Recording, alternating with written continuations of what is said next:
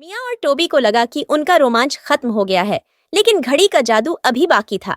अगली रात जब मिया अपने बिस्तर पर सोने जा रही थी, उसकी पुरानी जेब घड़ी अपने आप चमकने लगी। अब क्या होने वाला है? मिया ने हैरानी से घड़ी को उठाया। जैसे ही उसने घड़ी को छुआ, उसमें एक नया संदेश उभर आया। समय की रेखा टूटी है, कोई इतिहास बदल रहा है, इसे रोकने के लिए दरवाजा पार करो। तभी कमरे की दीवार पर वही चमकदार समय द्वार फिर से प्रकट हुआ। इस बार दरवाजे के पार से अजीब सी गड़गड़ाहट और किसी के चीखने की आवाजें आ रही थीं। टोबी, हमें देखना होगा कि क्या गड़बड़ हो रही है, मिया ने कहा। टोबी ने सिर हिलाया और दोनों टाइम पोर्टल के अंदर कूद गए। पहली यात्रा, गुप्त योद्धाओं का समय। मिया और टोबी ने खुद को एक प्राचीन भारतीय किले में खड़ा पाया। आसपास लाल रंग के झंडे लहरा रहे थे और सैनिक तलवारें लिए पहरा दे रहे थे। लेकिन कुछ गड़बड़ थी। यह जगह अजीब तरह से खामोश थी। यह कौन सा समय है? मिया ने फुसफुसाकर पूछा। तभी एक साया उनके पास से गुजरा। वह एक योद्धा लड़की थी, जिसने सफेद और लाल रंग का धारीदार अंगरखा पहना हुआ था और उसके हाथ में एक पुरानी किताब थी। मुझे छुपाओ, वह घबराकर बोली। मिया और टोबी उसे पास के महल के खंडहरों में ले गए। मैं राजकुमारी सुमित्रा हूँ। ये किताब हमारे राज्य के गुप्त योद्धाओं की सूची है, लेकिन एक विश्वासघाती मंत्री इसे चुराकर इतिहास से हमारी कहानियां मिटाना चाहता है। मिया समझ गई, कोई इतिहास बदलने की कोशिश कर रहा था। हमें इसे बचाना होगा। टोबी ने अपनी टाइम घड़ी से एक सुरंग खोली, जिससे वे सीधे महल के पुस्तकालय में पहुंच गए। वहां उन्होंने देखा कि एक काले लबादे में छिपा व्यक्ति पहले से मौजूद था।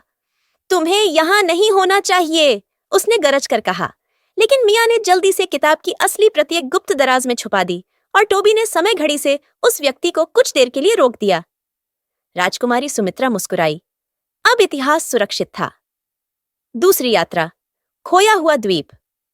अगली यात्रा में मिया और टोबी खुद को समुद्र के बीच एक छोटे से द्वीप पर पाए।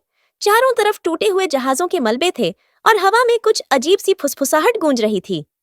यह जगह क्यों इतनी डरावनी लग रही है? मिया ने टोबी से पूछा। अचानक उनके सामने एक पुरानी मूर्ति के ऊपर सुनहरी रोशनी चमकने लगी। यह कोई साधारण मूर्ति नहीं है, टोबी ने कहा। यह समय का द्वार है और कोई इसे बंद करने की कोशिश कर रहा है। मिया ने देखा कि सुनहरे पत्थर धीरे धीरे गायब हो रहे थे, जैसे समय को मिटाया जा रहा हो। हमें इसे रोकना होगा। मिया ने अपनी जेब से दादी की दी हुई एक पुरानी चाबी निकाली, जो अजीब तरीके से उस द्वार के साथ मेल खाती थी। जैसे ही उसने चाबी घुमाई, पूरा द्वीप रोशनी में नहा गया और समय फिर से सही दिशा में बहने लगा। हम फिर से सफल हुए, मिया ने खुशी से कहा। तीसरी यात्रा, भविष्य में खोया दोस्त। अब मिया और टोबी एक चमकते शहर में थे, जहां हवा में उड़ती हुई ट्रेनें और रोबोट घूम रहे थे। लेकिन कुछ सही नहीं लग रहा था। सभी घड़ियां रुकी हुई थीं। समय यहाँ रुक क्यों गया? मिया ने हैरानी से पूछा। तभी एक छोटे बच्चे की आवाज आई। कृपया मदद करो, मेरे पिता समय में फंस गए हैं। वह बच्चा एक नन्हा रोबोट था, जिसका नाम बिट-बिट था। उसने बताया कि उसके पिता एक वैज्ञानिक थे जो टाइम मशीन पर काम कर रहे थे, लेकिन किसी ने उनकी मशीन में कोड बदल दिया था, जिससे वे एक अनंत समय चक्र में फंस गए। हमें उनका कोड ठीक करना होगा, मिया ने कहा। टोबी ने अपनी घड़ी से एक डिजिटल सुरंग खोली और वे मशीन के अंदर पहुंच गए। अंदर एक नकाबपोश व्यक्ति कंप्यूटर के बटन दबा रहा था। मैं समय को अपने काबू में करना चाहता हूं, उसने चिल्लाया। लेकिन मिया ने तेजी से सही पासवर्ड डाल दिया और अचानक समय फिर से सामान्य हो गया।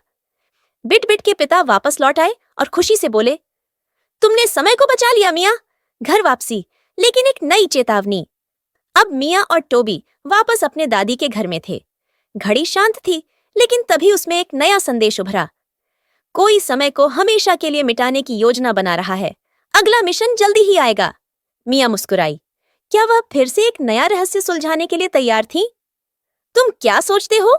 अगले भाग में रोमांच जारी रहेगा।